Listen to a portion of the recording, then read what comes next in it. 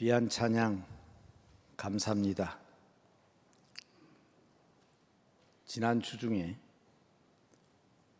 제 108회 대한예수교 장로회 총회가 열렸습니다. 주제가 치유하게 하소서. 키워드가 치유입니다. 치유. 제가 맡은 것이 우리 총회나 정책에 싱크탱크 역할을 감당해야 되는, 흔히 쓰는 말로 브레인, 그 책임을 지는 한국교회 연구원장의 직책을 제가 가지고 있습니다. 그래서 어떻게 하면 치유할 수 있는가? 치유의 가장 중요한 방법의 핵심은 무엇인가? 저는 그 중에 하나가 찬양, 찬송이다. 여러분 내려가실 때 꼭 책 가져가시기 바랍니다. 지금까지 책을 그냥 나누어 드렸더니 그 공짜로 받으면 그 가치를 잘 모르는 것 같아요. 그래서 이번에는 제가 필요한 사람이 가지고 가도록 해라. 우리 교단 9,700개 교회가 이 치유를 주제로 한 해를 보내게 될 터인데, 저도 몇 개월 동안 그 책을 집필했습니다. 지난주에 광고를 했는데 40건도 안 나갔어요. 그래서 오늘은 제가 로비에 다 좀 내놔라. 그래서 우리 성도들이, 우리 교회 성도들부터 은혜를 좀 받게 해야 되겠다. 물론 여러 가지 방법이 있습니다. 치유하는 방법에는 감사, 지금 이제 추수 감사주일이 되면 우리 교단 9,700개 교회와 우리 한국 6만 개 교회가 치유와 감사의 의미를 좀 바로 알아야 되겠다. 그래서 내일 모레면 제 원고가 탈고가 됩니다. 꼭 나가실 때 챙기시기 바랍니다. 그런데 왜 찬양을 얘기하는 거 하니, 우리 남대문교회 성도들은 교회 와서 우리 찬양대 때문에 얼마나 큰 치유를 받는지 몰라요. 사울왕이 병들었을 때 다윗이 수금을 타면서 하나님 앞에 찬양했을 때 귀신이 물러가고 병이 나았어요. 하나님께서 너무나도 귀한 우리 시온 찬양대를 우리에게 허락해 주셔서 매주일마다 와서 예배드리며 치유받는데, 이 귀한 찬양대를 허락해 주신 하나님 앞에 감사해야 되지 않겠습니까? 같은 생각이면 박수 한번 합시다. 네. 고맙습니다. 감사합니다. 정말 감사합니다. 우리 지휘자, 반주자, 그리고 임원 맡은 여러분들에게도 감사하고, 또 무엇보다 하나님께서 다른 어떤 교회보다 찬양으로 치유받을 수 있는 큰 복을 주신 하나님을 찬양합니다. 공교롭게도 오늘 우리 교동문을 함께 읽었는데, 비파와 수금으로 찬양하라, 여호와를 찬양하라 그랬잖아요. 예수 안 믿는 사람들은 그래요. 참 이상하다. 예수 믿는 사람은 아침에 일어나면서부터 어떻게 그렇게 노래를 잘하냐. 술도 안 마셨는데 어떻게 그렇게 노래를 잘하냐. 우리는 새술에 취한 사람들 아닙니까? 그렇죠? 성령님에 취한 사람들입니다. 찬양이 여러분들의 삶이 되기를 주님의 이름으로 축복합니다. 축복합니다. 찬양이 소중해요.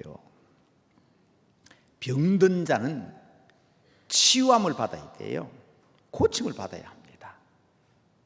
궁극적으로 우리가 교회가 강조하는 것은 샬롬입니다. 샬롬. 하나님 나라의 주제죠. 평강. 평안을 누려야 합니다. 그리고 세상에서도 잘 사는 것, 웰빙 엄청 많이 쓰는 말이죠. 그런데 여러분, 병들면, 아프면, 연약한 부분이 있으면 웰빙 안 됩니다. 평강 누릴 수 없어요. 그래서 이 힐링이 중요합니다.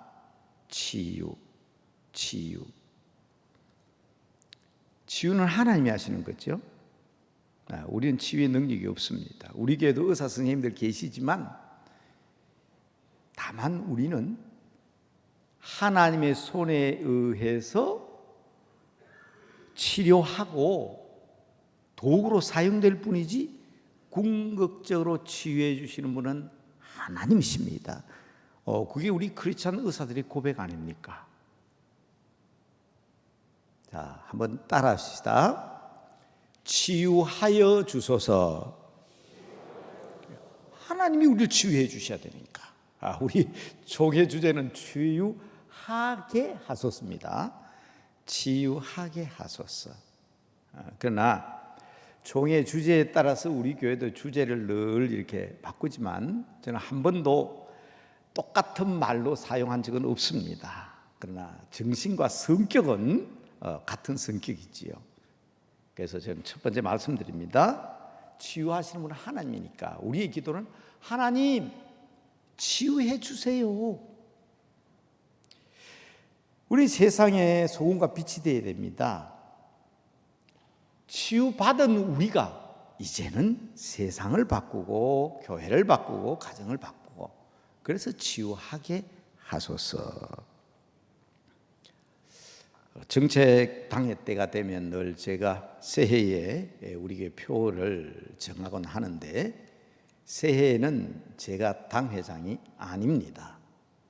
이미 지난주 저전주 말씀드렸잖아요. 그래서 이런 주보에도 보면 정책당회 이래 안 돼 있고 정책협의회 이렇게 돼 있습니다.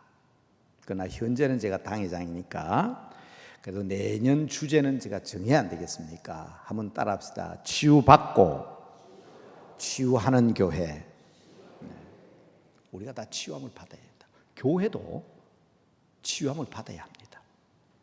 교회도 치유함을 받아야 합니다. 여러분 지금 한국 교회가 병들었어요. 우리 교회도 현실적으로 많은 문제를 가지고 있어요. 그런데 여러분 집에 있는 책꽂이에 그냥 꽂아두지 마시고 책장 속에 한번 보세요. 교회다운 교회. 제가 출판사에 연락해 봤더니 없대요. 책방에도 없대요. 그런데 미국에서 호주에서 전 세계에서 우리 한인들이 그 남대문교회 목사님이 쓰신 교회다운 교회 그 책 좀 구할 수 없겠냐 해서 재판하면 어떻겠습니까 하고 연락이 왔는데 다 너무 지나갔다 그랬어요. 그런데 여러분 그 귀한 책을 책꽂이에 그냥 꽂아두지 마시고 교회다운 교회 치유받아야 합니다.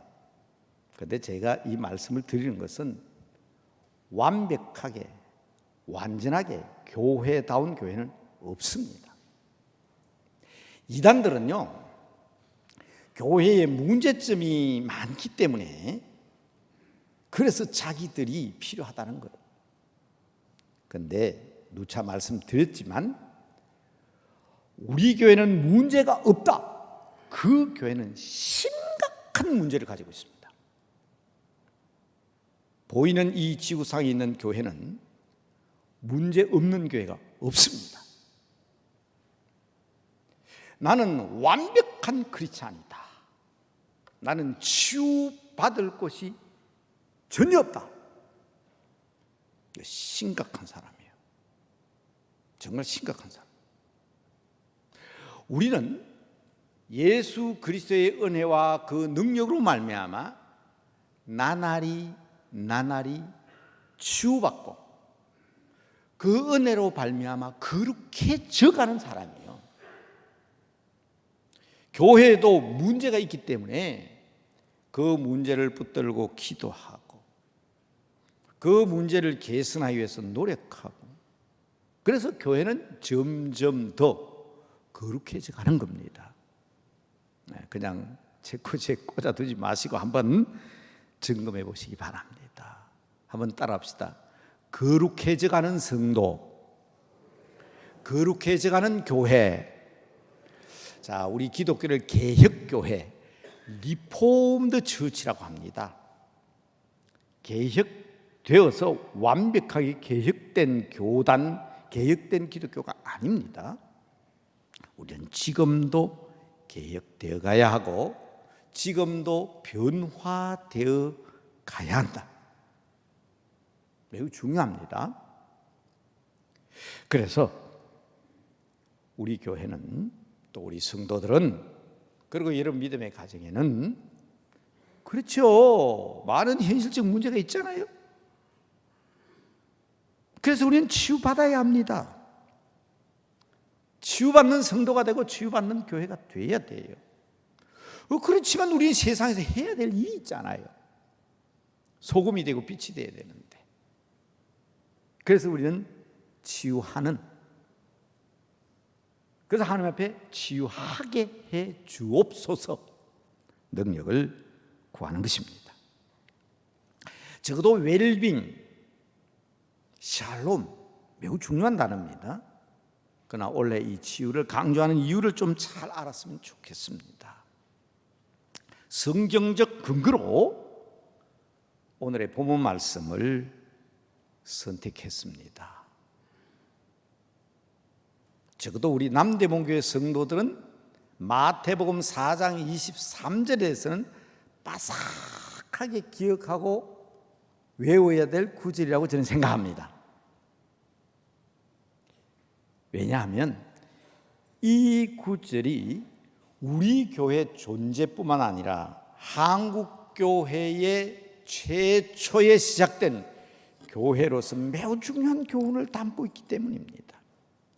자, 같이 한번 보실까요? 마태복음 4장 23절 같이 한번 읽읍시다. 시작. 예수께서 온 갈릴리에 두루 다니사 그들의 회당에서 가르치시며 천국 복음을 전파하시며 백성 중에 모든 병과 모든 약한 것을 고치시니, 이것을 우리는 예수님의 3대 사역이라고 합니다. 우리 주님께서 이 세상에 오셔서 매우 중요한 3가지의 일을 감당하셨는데, 그게 바로 뭔가 하면 티칭, 하나님 나라를 가르치셨다. 그리고 하나님 나라를 프리칭 하셨다. 선포하셨다. 그리고 각색 병든 자들과 연약한 자들을 힐링, 고치셨다. 우리 모든 인생, 모든 인간들은 다 고침을 받아야 합니다. 그런데 하나님은요, 치유의 하나님이시거든요. 보세요. 아담과 하와가 선악과를 따먹었습니다. 이 치명적인 거예요. 그런데 에덴 동산에서 내보내실 때에 하나님은 어떻게 하셨죠? 가죽옷 지어 입히셨습니다. 심지어 들판에서 동생을 돌로 쳐 죽인 가인 같은 놈에게도 하나님은 죽임을 면하는 표를 만들어서 내보내셨습니다. 온 세상 인간들이 죄로 인하여 심판받아야 마땅하잖아요. 그래서 홍수 심판을 내리셨어요. 그런데 하나님은 무지개를 보여주시고 언약을 하시면서 노아 가족을 통해서 인류를 다시 시작해 하셨습니다. 이와 같은 치유의 능력, 죄로 인하여 지옥 갈 수밖에 없고 멸망받을 수밖에 없는 인생을 위하여 하나님은 치유의 놀라운 능력을 행하시고 약속을 하십니다. 그래서 창세기 3장 15절, 창세기 3장 15절, 이걸 우리는 원복음이라고 합니다. 프로토 에반젤리움.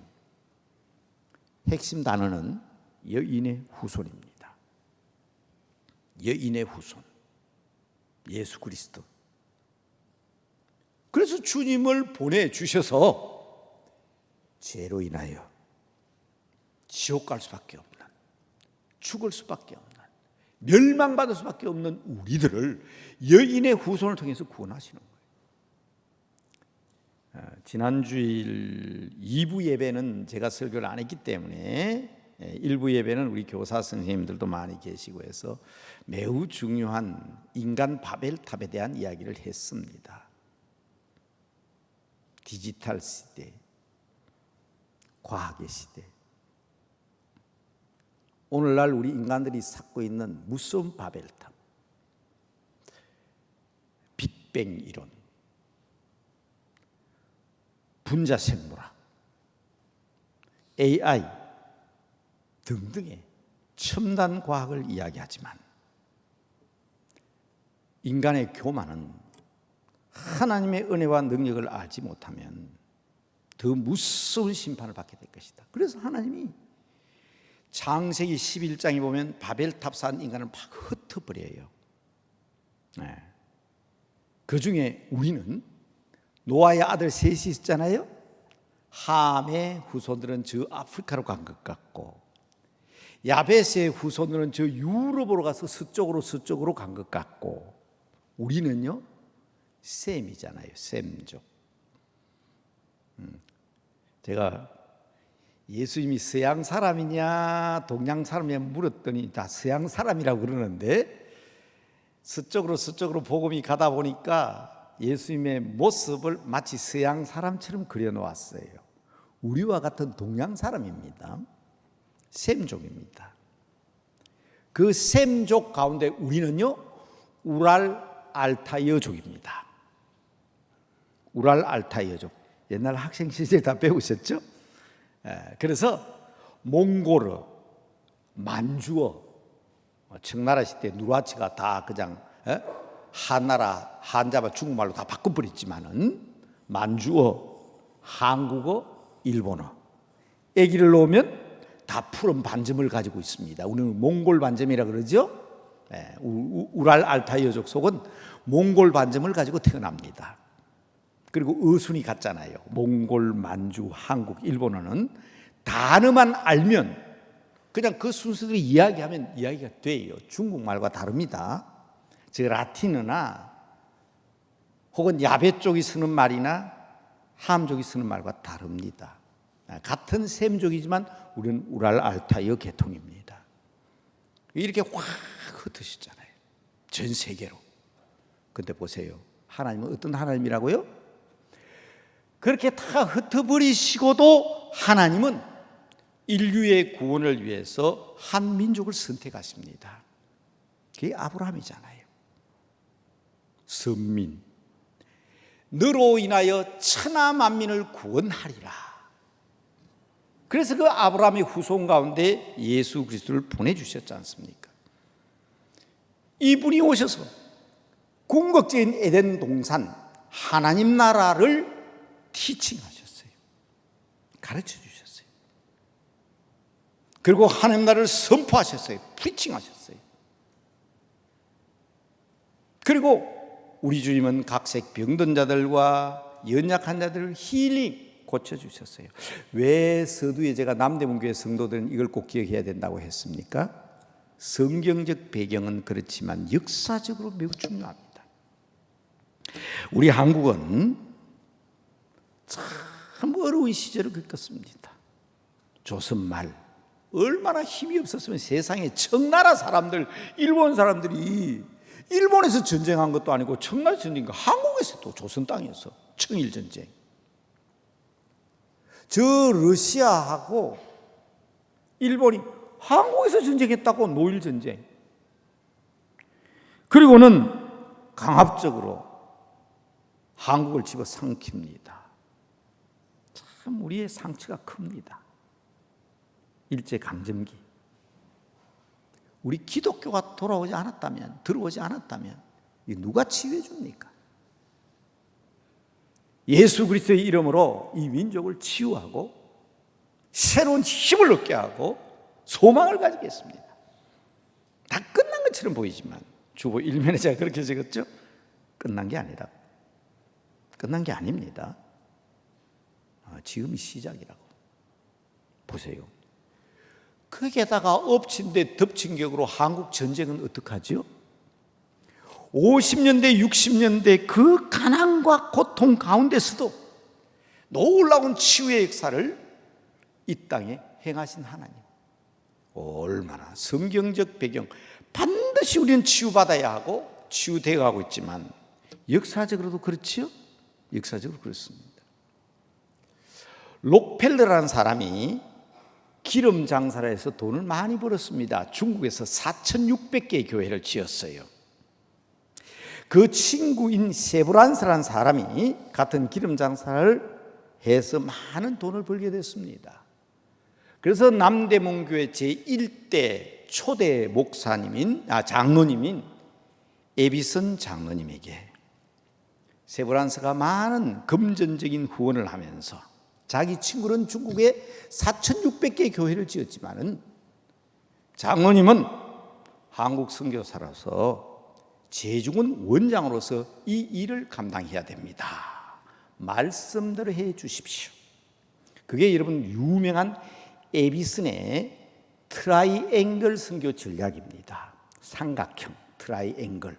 여러분 우리 교인들 이거 잊으면 안 돼요. 그래서 에비슨 장로님이 첫째로 한 것이 뭡니까? 장감연합으로 중앙교회다, 동형교회다, 제중원교회다 그러지 말고 남문박교회로 교회를 바로 세워야 되겠다. 그래서 서울로에다 가입시킨 거예요. 그게 남대문교회입니다. 뭘 하기 위해서? 프리칭하는, 하나님 나라를 선포하는 교회가 돼야 된다. 그리고 언더우드에서 세워졌지만 티칭하는 교회가 되고 사역이 돼야 된다. 그래서 연희 전문학교를 세브란스의 자금으로 같은 울타리 안에서 연세대 연희 전문학교를 세웠습니다. 그리고 병원을, 제중원병원을 세브란스 병원이라고 불렀습니다.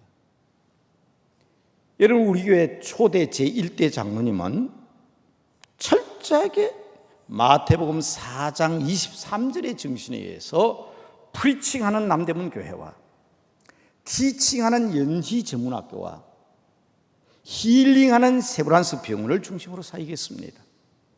이거 우리가 모르면 안 되잖아요. 그렇죠? 자꾸 역사를 얘기한다고 그러는데 신학의 근거는요, 첫째는 성경에 맞아야 돼요. 성경에. 두 번째, 역사가 분명해야 됩니다. 그런데 1950년 전쟁이라면서 홀라당 다 타버렸어요. 우리 김규원 장로님이 자주 얘기하십니다. 천막을 지으신 얘기, 교회를 다시 건설하기 위해서 몸부림쳤던 이야기를 아마 여러분들이 자주 하시면 제게도 자주 들려주셨습니다. 그래서 이 언덕에 프리칭하는 교회를 다시 세웠습니다. 1957년에 병원과 학교를 다시 건립하기 위해서 연희 전문학교의 연, 세브란스의 세, 연세대학교 학생들도 교수님도 이거 모르는 사람 많아요. 연희 전문학교의 연, 세브란스의 세를 따서 연세대학교가 된 거예요. 그 당시에는 다 우리 교회 장로님들이 이 일을 주도했고, 그게 병원장님이나 이사나 이사님 다 우리 교회 성도였습니다. 지금은 우리가 좀 어려움을 겪고 있습니다만은 이런 역사적 배경을 가지고 있기 때문에 치유받게 하시고 치유하게 하소서라는 힐링을 얘기하지만, 여러분 이번 주제는 이 역사적으로 매우 중요하다는 것을 기억하셔야 합니다. 자, 첫 번째로는 제가 성경적 배경을 말씀드렸습니다. 두 번째로는 역사적 배경을 말씀드렸습니다. 그런데 문제는 오늘의 현실이 문제입니다. 우리 주님은 여전히 주님이십니다. 앞서도 말씀드렸지만 교회다운 교회, 거룩한 교회, 엄격한 의미에서 교회다운 교회는 영적인 교회, 성령께서 주장하시는 보이지 않는 교회가 교회다운 교회입니다. 그러나 보이는 교회, 불완전하지만 부족하지만 우리들이 현실적으로 감당해야 될 문제가 있습니다. 저는 이 일을 위해서 특별히 남대문 교회가 어머니 교회로서 구체적으로 모태 우리 교회에서 다 태어났잖아요. 우리 교회는 아까도 말씀드린 본래는요 우리 교회 장로교회 아니에요. 장로교회와 감리교회와 함께 있는 유니온 처치입니다. 그래서 교회 역사에도 치리하지 않는 설교도 하고 예배도 드리고 성찬식도 해야 하고 세례식도 행하는데 우리 백낙준 목사님이 말씀하셨다나 그 제주건 그 교회가 교회냐? 교회의 조건은 첫째 하나님 말씀이 선포해야 되고 성찬과 세례가 해야 되는데 당회도 없고 교인들이 바른 길로 인도하는 훈련기관도 없고 게다가 치리하는 역할도 못하는데 그래서 여러분 우리 교회 역사, 한국 교회 역사를 잘 읽어보세요. 남대문 교회로 안 나옵니다. 전부 다 재중원에서 그렇게 나옵니다. 그러나 우리는 그런 이름이 없다 할지라도 한국 교회 모태잖아요. 자궁이라고 모태. 마치 어린 아이가 산부인과 병원에서 태어나듯이 한국 교회는 전부 다 이 모태에서 태어났습니다. 병원에서 태어났어요. 자, 여러분 치유를 얘기하고 생명을 얘기하는 가운데에 우리는 분명히 알아야 합니다. 저는 우리 교단뿐 아니라 한국교회 6만 교회가 나가야 될 방향을 제시해야 될 그리고 그것을 책임지고 있는 한 사람으로서 또 오늘 제가 이 얘기를 드린 공교롭게도 제가 똑같은 설교를 일부 시간에 했는데 저는 몰랐어요. 이렇게 멀리만 봤지 요 가까이 계시고 몰랐어요. 총회장님이 정경 총회장님이 예배에 참석하고 나가시는 거예요. 우리 조혜택 목사님과 동기가 되셔서 아마 아직도 계시는지 가셨는지 모르지만 제가 깜짝 놀랐습니다. 목사님 오늘 설교나 총회에서 목사님이 이야기하는 거 잘 들었다고 하시면서 저를 아주 격려해 주고 칭찬해 주시는 분이신데 자, 세 번째 말씀드립니다.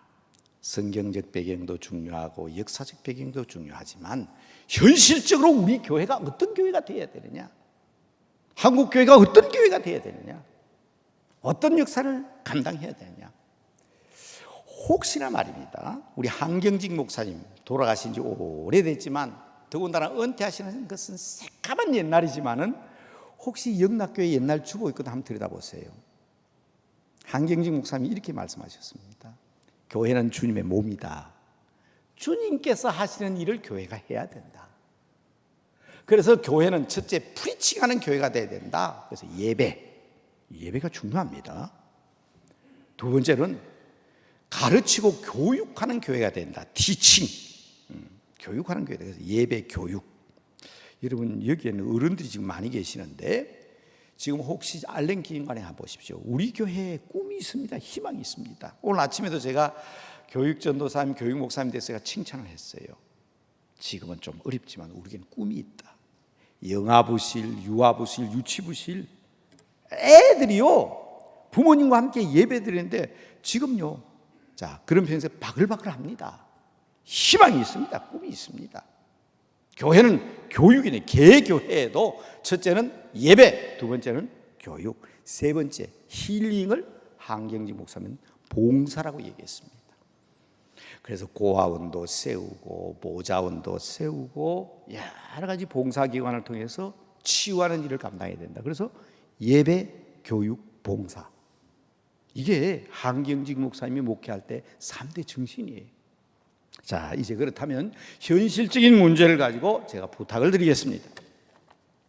첫째는 교회가 치유하는 교회, 성장하는 교회, 생명력 있는 교회가 되기 위해서는 꼭 기억하셔야 됩니다. 자, 성경을 직접 이런 것 같이 찾으면서 읽으면서 확인하겠습니다. 히브리서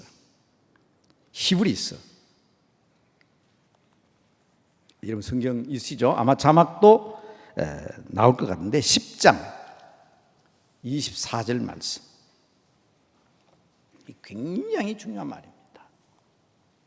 히브리서 10장 24절. 여러분 손 목사가 여러분들에게 마지막으로 간곡하게 부탁하는 말씀이라고 기억하셔야 됩니다. 첫째는요, 자 같이 한번 읽어봅시다. 시작. 서로 돌아보아 사랑과 선행을 격려하며. 자, 제가 25절 제가 읽을게요. 모이기를 패하는 어떤 사람들의 습관과 같이 하지 말고 오직 권하여 그 날이 가까움을 볼수록 더 그리하자. 자, 이것을 상담학자들은 뭐라고 얘기하냐? 격려 상담이라 그렇게 얘기합니다. 첫째는 교회는 칭찬이 좀 강하게 표현해서 칭찬이 난무하는 교회라 그런 표현을 쓰는데, 이 난무라는 표현은 좋은 표현 아니죠. 그러나 교회가 칭찬으로 가득해야 합니다. 그래야 생명의 역사가 있고 미래가 있습니다. 자, 어린 아이가 말입니다. 처음 그런 말을 합니다. 짜죽짜죽 뜁니다. 엄마는 보고 오 잘한다 잘한다 탁 넘어지면 오 다시 해봐라 다시 해봐라 막 박수치고 칭찬하고 격려하잖아요. 그러면 애가 헤헤 웃으면서 넘어져도 또 걷고 넘어져도 또 걷습니다. 그런데 애가 자죽자죽 걷는데 야 인마 그것도 못 걸어? 이 인간이 되려는 건가 안 되려는 건가 왜 걷지를 못해?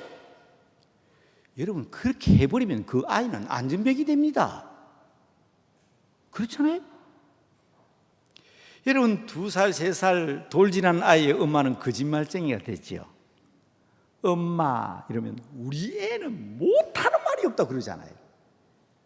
그러니까 그런 칭찬을 받고 애는 엄마, 아빠, 파파 그러면서 말을 배우는 거예요. 아빠가 오더니 야 너는 도대체 어떻게 되는데 엄마밖에 모르냐? 왜 아빠는 말할 줄 모르냐? 너 벌 받아야 되겠다고. 그럼 걔가 말 배울 수 있을까요? 교회도 똑같은 거예요. 이게 오늘 본문 말씀, 오늘 말씀드린 히브리서 10장 24절 말씀입니다. 서로 돌아보아 사랑과 선행을 서로 격려하는 교회가 되어야 됩니다. 칭찬해 줘야 됩니다. 여러분 지나간 얘기니까 이제 해도 괜찮겠지요. 옆에는 원로 목사님 서 계셨고 옆에는 장로님 서 계셔서 현장을 보신 분이 여기 계시잖아요. 참 남대문교회 제가 처음 부임했습니다. 설교 마치고 섰는데 한 분이 딱 나오더니 내가 지금까지 설교 들어봐도 당신같이 설교 못한 사람 처음 봤다고. 제가 이러면 남대문 교회 예배 마치고 첫 마디가 그겁니다. 그따위 설교를 가지고 남대문 교회 부임했냐고. 제가 당황을 해가지고요. 뭐 그때는 뭐 목사님도 보고 계시고 장로님 다 보고 계시니까 이 다 계시잖아요. 물론 연세 많은 어떤 장로님이 그 현장을 보고 그분을 불러다가 우리 교회에서 나가라 그랬어요. 우리 교회 안 나오십니다 지금. 네. 다 아시는 내용이죠. 그래서 저는 그 일 이후에 자주 그런 말씀을 드립니다. 물론 그 위에 그분을 만났습니다만 죄송합니다. 앰프 시설이 또 뭐 그랬더니 내보고요. 변명하지 말아요. 핑계하지 말아요. 본인이 설교 못한다 소리는 안 하고. 그러면요. 그 다음부터 손 목사가 강단에 섰을 때 기쁜 마음으로 즐거운 마음으로 막 이렇게 설교했을까요? 그래서 저는 본래 원고 설교를 안 하는 사람입니다. 여러분 부흥회나 또 강남 금식기도원에서 설교하는 분 보셨겠지만 저 원고 설교하는 사람. 그런데 남대문교회와 지난 14년 동안 저는 항상 원고 설교했습니다. 그 일 이후로 마음에 작정을 했죠. 나같이 설교 못하는 사람은 이 귀가 얇아가지고 하라는 대로 제가 하는 사람이에요. 그게 이제 말씀드린 거잖아요. 그래서 저는 어떤 교회 장로님들이 와가 그럽니다. 목사님 우리 교회 목사님 설교 그러면 최고 설교자로 만드는 조건이 있다. 예배 마치고 나거든 목사님 설교 은혜 받았습니다. 목사님의 설교 얼마나 감사한지 모르겠습니다. 그러면요 그 목사님이요 설교하는 기쁨으로 하나님 앞에 기도하고 더 즐거움으로 아마 설교 준비할 거예요. 저는 어느 개척교회에서 장로님에게 그런 말씀 드렸습니다. 목사님은 강단에서 농담을 해도 나는 하나님의 말씀으로 듣습니다. 자, 이 부탁하는 거 이유 아시죠? 하나님께서 예비하신 분이 계실 겁니다. 부탁드립니다. 좋은 설교 듣기를 원하시면 어른이지만 남편이 나보다 엄마 아빠가 어른이지만 칭찬하면 얼마나 좋아하십니까? 격려하면 얼마나 좋아하십니까? 나는 구역장님이 우리 구역의 구역장인 것이 얼마나 행복한지 모르겠습니다. 그러면요, 그 구역장은 더 열심히 구역을 섬길 것입니다. 권사님이 기도해 주셔서 우리 가정의 어려운 문제가 해결됐습니다.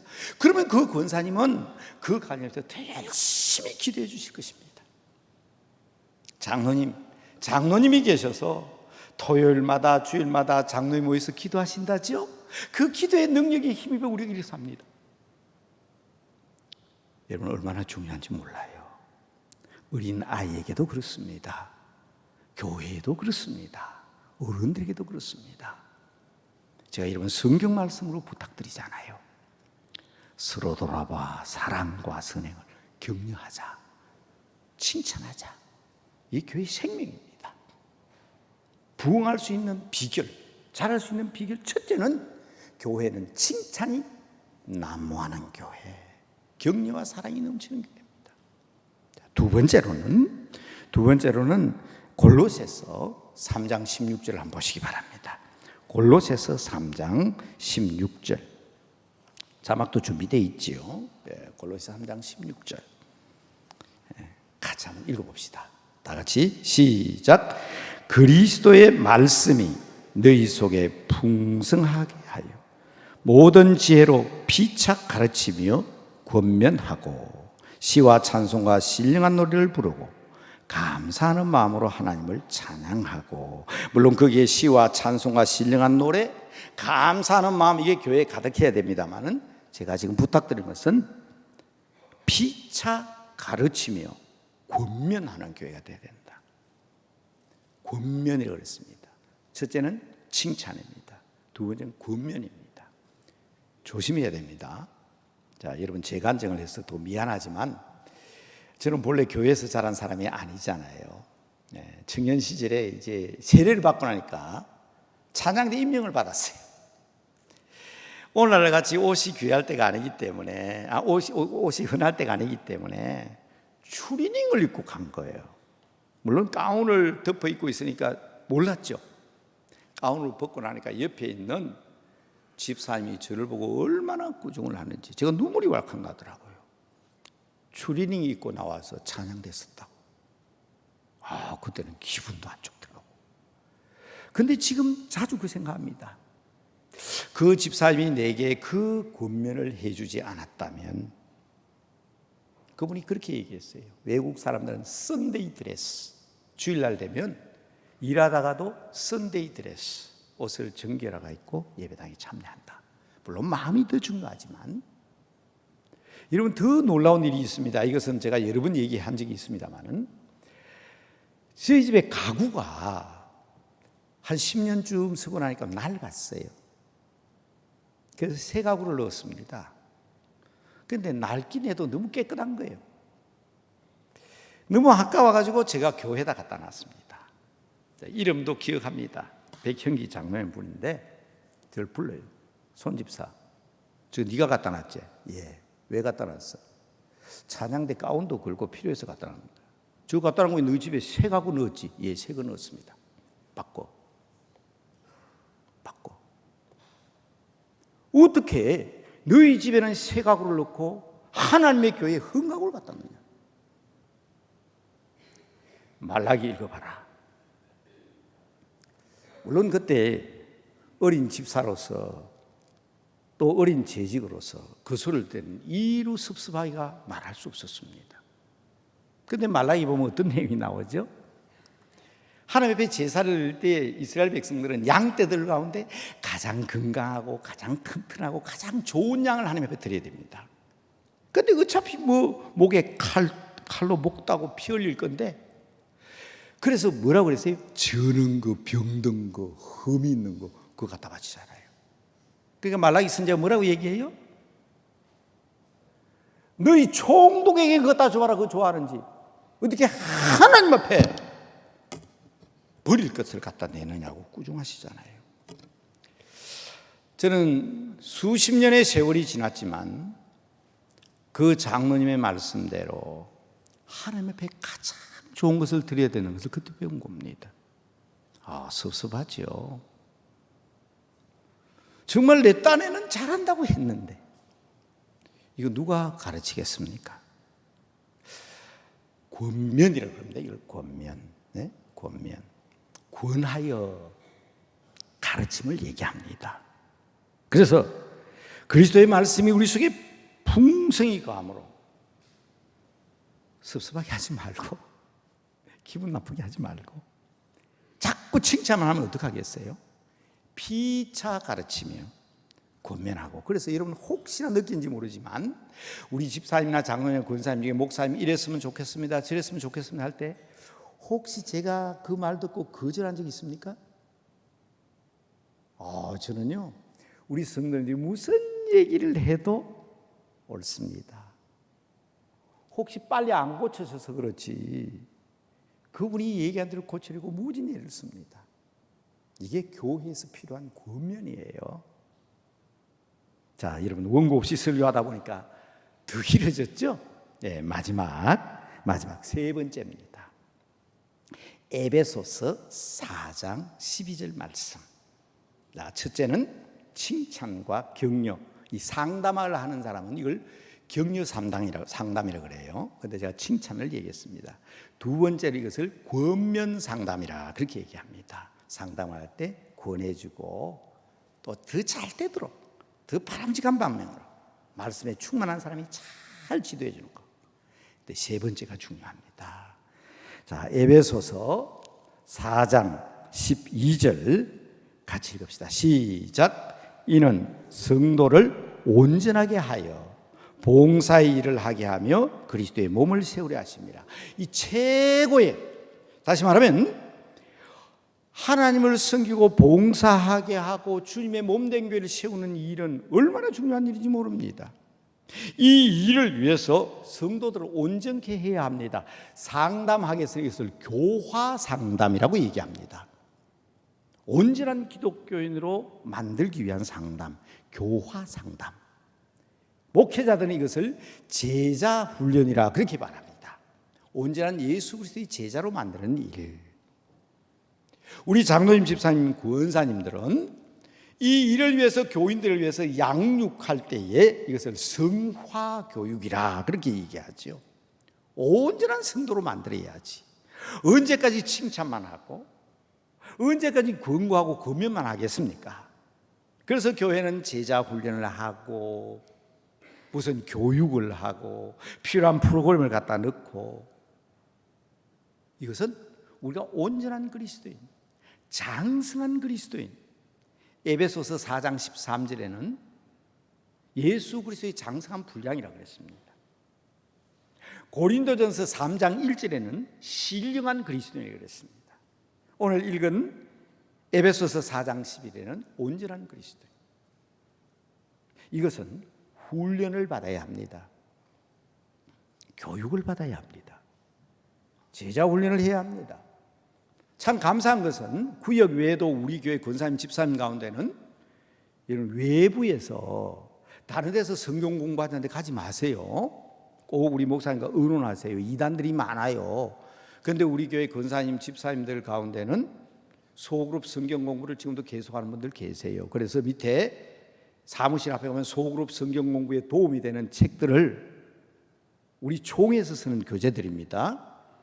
그 책들을 지금 갖다 비치를 해놓고 필요하면 언제든지 가져가세요. 이건 온전한 그리스도를 만드는 과정입니다. 자, 말씀드린 대로 그냥 설교하다 보니까 좀 길어졌지만 여러분 오늘 기도 제목 한번 보시기 바랍니다. 기도 제목 보시면 바로 오늘의 말씀이 요약되어 있습니다. 우리를 고치시고 삼으시고 일으키시는 분은 하나님입니다. 치유해 주시는 분은 하나님입니다. 치유하여 주시옵소서, 그렇게 돼 있죠. 두 번째로는 이렇게 치유받은 우리들이 병든 교회와 사회를 고치고 나라의 질서를 회복시키는 일에 하나님이 하시는 일이니까 치유하여 주옵소서 하고 기도해야 될 것입니다. 그리고 세 번째로는 칭찬과 권면과 전도로 또 온전히 성숙한 그리스도에서 우리의 사명을 다하게 함으로 교회가 성장하게 하옵소서. 세 가지의 기도 제목으로 정리해 두었습니다. 부탁드립니다. 우리 남대문 교회가 6만 한국 교회를 리드해 나가는 모태로서의 역할과 또한 우리 교단에서도 정말 본이 되는, 여러분 우리는 몇 번 실패했지 않습니까? 담임 목사 모시는 것도 실패하고 뭐도 실패하고, 실패는 없습니다. 그리스도 안에서는 실패가 없어요. 여러분 주보 1면에 보면 맞습니다. 담임 목사가 진작 부임했으면 장로도 세우고, 또 그러면 이번 노예 지나면 고시치고 장로 안수식도 하고 그랬을 텐데, 제가 지금 장로 세울 수 없습니다. 새로 오는 목사님이 자기에게 맞는 지도를 세우기 때문에 장로도 미안합니다. 이러면 물 건너갔고, 물론 이제 새로 목사님 오시면 다시 노예 허락을 받아야 됩니다. 우리 허락받아서 끝나버렸어요. 그리고 또 우리 교회가 해야 될 일이 있지만, 제가 뭐라고 썼죠? 늦었을까요? 아닙니다. 지금도 시작할 수 있습니다. 시작하는 마음으로 정말 치유받고 치유하는 교회로, 우리의 상처들이 아물고 기쁨이 넘치는 교회가 될 수 있도록 많은 시간 갖지만은 타지 않은 1분 동안만 오늘 이 기도 제목 보고 함께 기도하도록 하겠습니다. 기도하십시다. 아버지 하나님, 고치시고 삼으시는 하나님, 저희들을 고쳐주시옵소서. 저희들의 약한 것을 치유하여 주시옵소서. 병든 교회와 사회를 치유하여 주시고 이 나라의 질서를 회복시키시고 깨워주시는 성령님의 도움으로 말미암아 온 교회가 정말 사랑과 권명과 칭찬으로 아버지의 뜻을 이루게 하옵소서. 주님의 은총과 주님의 사랑과 주님의 능력이 하나님의 사랑과 은총으로 온 민족과 나라를 변화시키고 세계를 변화시키는데 주도적인 역할을 감당하게 하옵소서. 믿습니다. 아버지께서 주장하옵소서. 하나님 살아계시고 우리 주님께서 지금도 말씀으로 우리를 치유하시며 성령님께서 도와주시기에 늦지 않았습니다.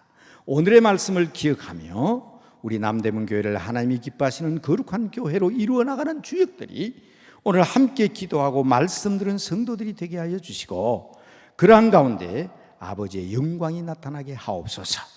이 일을 통하여 우리 가정과 자녀들과 가족들에게도 큰 평강과 놀라운 주의 은총이 가득함으로 정말 기쁨이 넘치는 웰빙의 삶을 살 수 있는, 천국 삶을 살 수 있는 성도들이 되게 하옵소서. 언제나 우리와 함께 하시고 복 주시는 우리 주 예수 그리스도 이름으로 기도드리옵나이다. 아멘.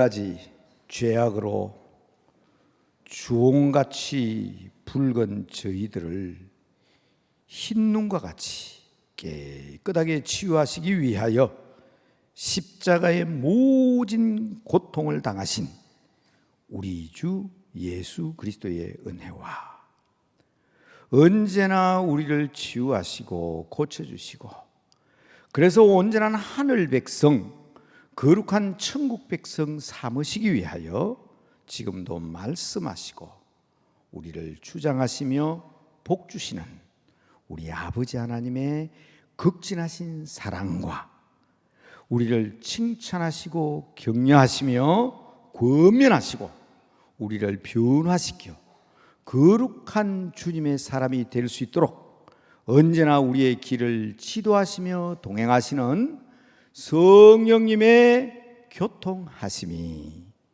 치유받아야 될 그리고 치유하게 하소서 기도하는 가운데 세상으로 나가는 우리 모든 믿음의 성도들 머리 위에 그 가정과 하는 일들 위에 우리 교회 위에 영원히 함께 계시기를 간절히 축원하옵나이다. 아멘.